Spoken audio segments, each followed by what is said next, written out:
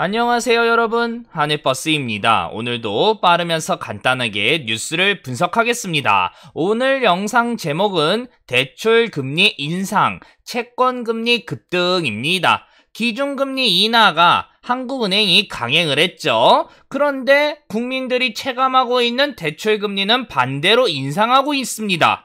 채권 금리도 급등을 하고 있는 상황이 또 발생됐어요. 요 내용을 전체적으로 다 설명하고자 제목을 이렇게 게재했습니다. 최대한 간단하게 또 시작해 보겠습니다.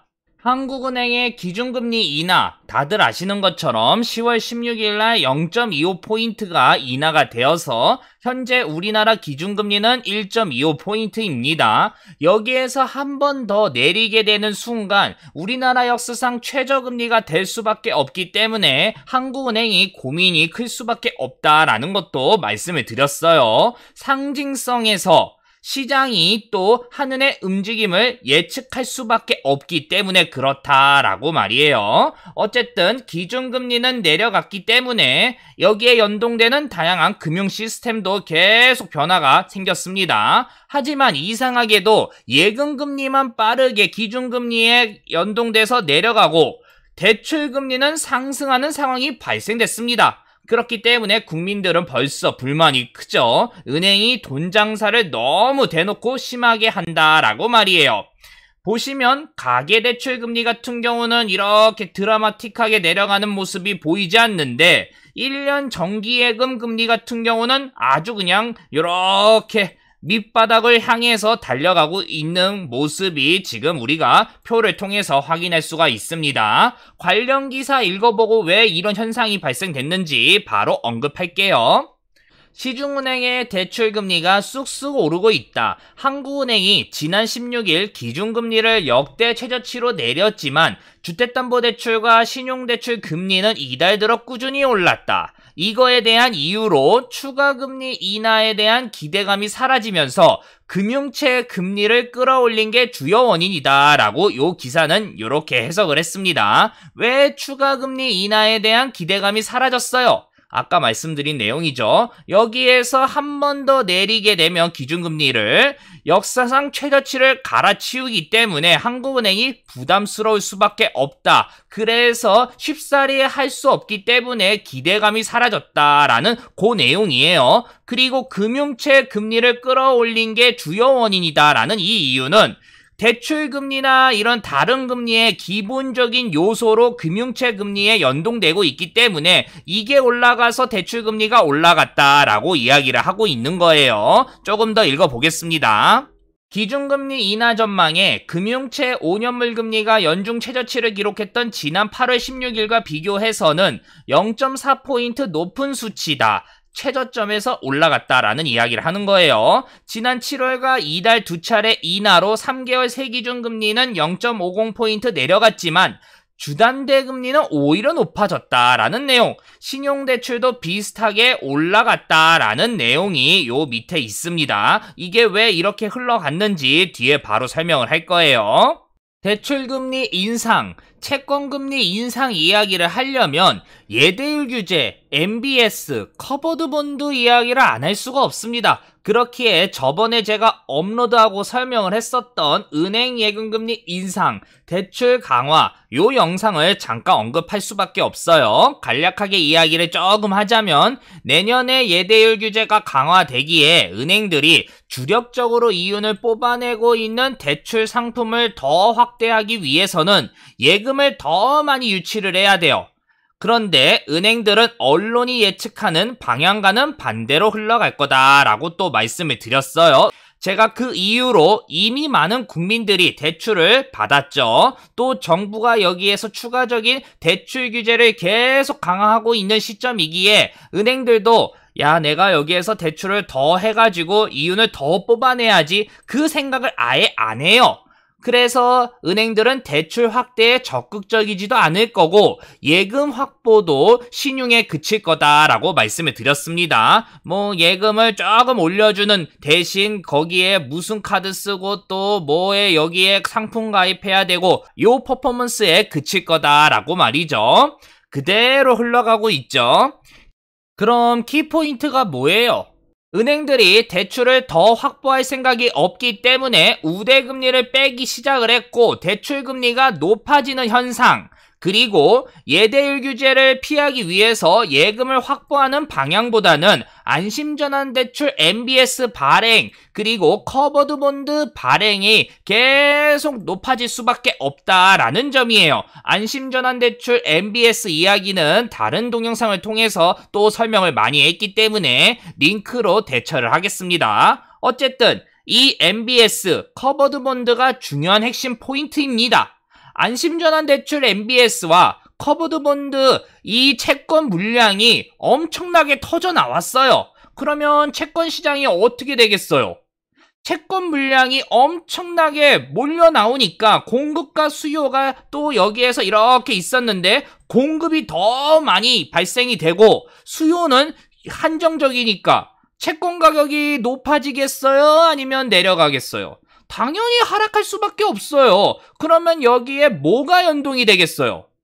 채권 금리가 올라갈 수밖에 없다라는 거예요. 이 여파가 대출 금리에 연동되는 금융채까지 계속 전달이 되고 있는 상황까지 온 겁니다. 그리고 또 다른 이유는 한 가지 더 있다라는 거예요. 바로 채권 시장에 외국인들의 매도 물량이 계속 쏟아지고 있다라는 거예요. 그러니 공급과 수요 대비해서 공급이 엄청나게 나와서 채권 가격이 떨어지고 금리가 올라가고 있는 이 상황에서 외국인들마저 매도 물량을 내보내면서 금리를 더 높이는 그 상황이 발생됐다라는 겁니다. 바로 기사 읽어볼게요. 28일 서울 채권 시장에서 3년 만기 국고채 금리가 전날보다 0.088포인트 오른 연 1.523포인트에 마감했다라고 해요. 그래서 뭐 올랐다 내렸다 그 이야기, 회사채와 금융채 금리가 뛰고 있다라는 내용을 하고 있고 밑에 핵심이 나오죠. 하느니 올해 기준금리를 사상 최저인 연 1.25포인트로 내렸다라는 점을 고려하면 시장금리가 계속 이례적으로 오름세다. 그리고 여기에서 이야기를 하는 거는 시장금리가 뛰는 것은 외국인의 매도 공세 영향이다. 올 들어 국채를 순매수해온 외국인들이 8월 이후 순매도로 전환했다. 8월부터 이달 25일까지 3년 만기 국채 선물 10조 21억 원어치 순매도를 했다라고 이야기가 나오고 있습니다. 이제 이번 영상의 핵심을 짚어볼 차례겠죠. 왜 외국인들이 채권 물량을 계속 매도하면서 내던지고 있는지 요 이야기부터 할 거고, 한국은행이 중앙은행으로서 기준금리를 내리겠다라고 했는데 왜 시장금리는 따로 놀고 있는지, 한국은행이 왜 컨트롤을 못하고 있는지 요 이야기, 그리고 채권 시장이 계속 오름세로 올라가면 또 어떤 문제가 발생되는지 차례차례 말씀을 드리겠습니다. 일단 외국인이 왜 채권 물량을 던졌겠어요? 간단하게 생각해 보시면 답이 나와요. 저번에 DLF, DLS 사태 때 단골로 등장하는 게 뭐였습니까? 독일 국채 금리 관련 상품이었잖아요. 마이너스 금리 일정 이상으로 내려가면 전액 손실. 근데 금리가 올라가면 계속 올라가도 요 뭐 5%지 4%인지 이윤만 줄 수 있다. 그러니 이게 도박에 가까운 상품인데 불공정한 상품이다라는 거 저번에 말씀을 다 드렸죠. 독일 국채 금리가 그러면 왜 0%나 아니면 마이너스로 왔다 갔다 하고 있겠어요? 유럽 양적 완화 이야기는 좀 뺄게요. 요거 빼고 간단하게 생각을 했을 때 독일이라는 나라가 망할 가능성이 없다라고 투자자들이 판단하고 있는 거 아니에요. 베네수엘라나 터키 같은 경우는 국채 금리가 어떻습니까? 난리가 나고 있잖아요. 터키 같은 경우는 10년짜리가 뭐 13%가 가네 마네 하고 있는 판국이고, 베네수엘라 같은 경우는 수치를 언급할 필요도 없는 정크이니까 말이에요. 그럼 뭐겠어요? 외국인 입장에서는 지금 채권 시장에 물량을 내던지고 있다라는 뜻은, 채권 금리가 이것 때문에 올라가고 있다라는 뜻은 우리나라 채권 시장이 점점 불안해지고 있다라고 판단을 하고 있는 거예요. 우리나라가 뭘로 먹고 살아야 된다라고 계속 말씀을 드렸죠? 수출이잖아요. 근데 우리나라 수출이 계속 작년 대비 계속 내리막을 가고 있으니까 기준금리까지 내리면서 통화가치를 자꾸 갉아먹고 있는데 외국인들이 여기에서 어떤 판단을 내리겠어요? 그러니 물량이 자꾸 나오고 있는 거예요. 물론 채권 가격이 올라간다 내려간다 베팅을 계속 외국인들도 하고 있기 때문에 이건 언제든지 변수로 또 입장이 바뀔 수도 있습니다. 두 번째, 왜 한국은행은 다른 선진국들처럼 시장금리와 기준금리 괴리감을 못 줄이고 있냐라는 부분. 요것도 사실 정말 간단하죠. 한국은행은 대놓고 채권을 매입할 수 있는 상황이 아니기 때문에 그래요. 미국과 일본, 유럽연합은 중앙은행이 뭘 하고 있죠? 양적 완화잖아요. 양적 완화를 통해서 채권 시장에 엄청난 왜곡을 주고 있단 말이에요. 간단하게 채권 물량이 나오면 그 물량을 대부분 누가 삽니까? 그 나라의 중앙은행이에요. 그래서 완전히 이거를 그냥 사버리는데 시장금리가 어떻게 올라가겠어요? 물건이 있어야지 이거를 왔다 갔다 조정을 하면서 시장금리가 정해지는데 애초부터 물건 대다수를 중앙은행이 사버리니까 답은 뻔할 수밖에 없다라는 거예요. 우리나라가 그걸 못하니까 한국은행에서 기준금리를 내리겠습니다 라고 해봤자 시장이 반대로 가든 따라가든 요동을 칠 수밖에 없는 이유도 계속 컨트롤이 안 될 수밖에 없는 이유도 요 때문인 거예요. 그리고 마지막 시장금리 상승이 발생되면 또 어떤 문제가 발생되냐? 채권 시장에 200조예요. 정말 엄청난 돈을 금융회사들이 투자를 했는데 이게 또 여파가 올 수밖에 없다라는 거예요. 증권사 평균으로 채권 시장 45%를 투자하고 있으니까 만약에 채권금리가 이렇게 올라가요. 그러면 증권사는 그냥 망하는 거고 금융회사들도 그냥 하늘나라로 가는 겁니다. 채권금리 인상한다라는 뜻은 뭐예요? 채권 가격이 하락한다라는 뜻이기 때문에 금융사들은 손해를 엄청나게 볼 수밖에 없기 때문에 그런 거예요. 그럼 이제 핵심을 다 짚어봤으니 바로 어떤 흐름이 또 앞으로 진행될지 우리가 예측을 할 수 있겠죠. 제가 계속 뭐 말씀드려요?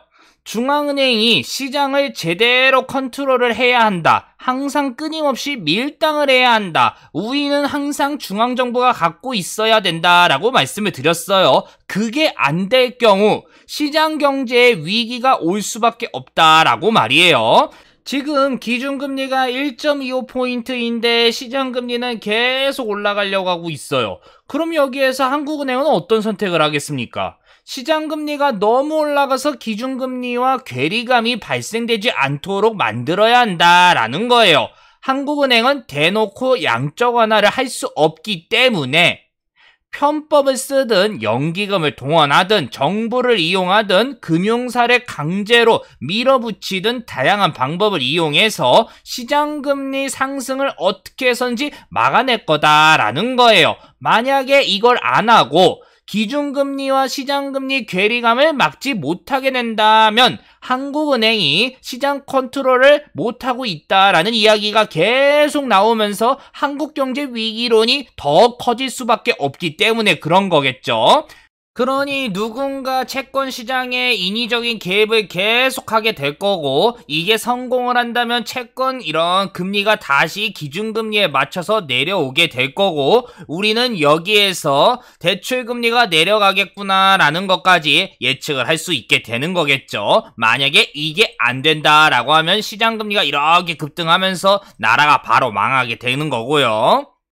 대출, 금리 인상, 채권금리 급등 다 말씀을 드렸습니다. 대출금리가 왜 올라가고 있는지, 채권금리가 왜 올라가고 있는지 하나씩 이야기를 다 말씀을 드렸죠. 그리고 향후 어떻게 정부, 한국은행이 움직일 수밖에 없는지 그 이야기도 말씀을 드렸습니다.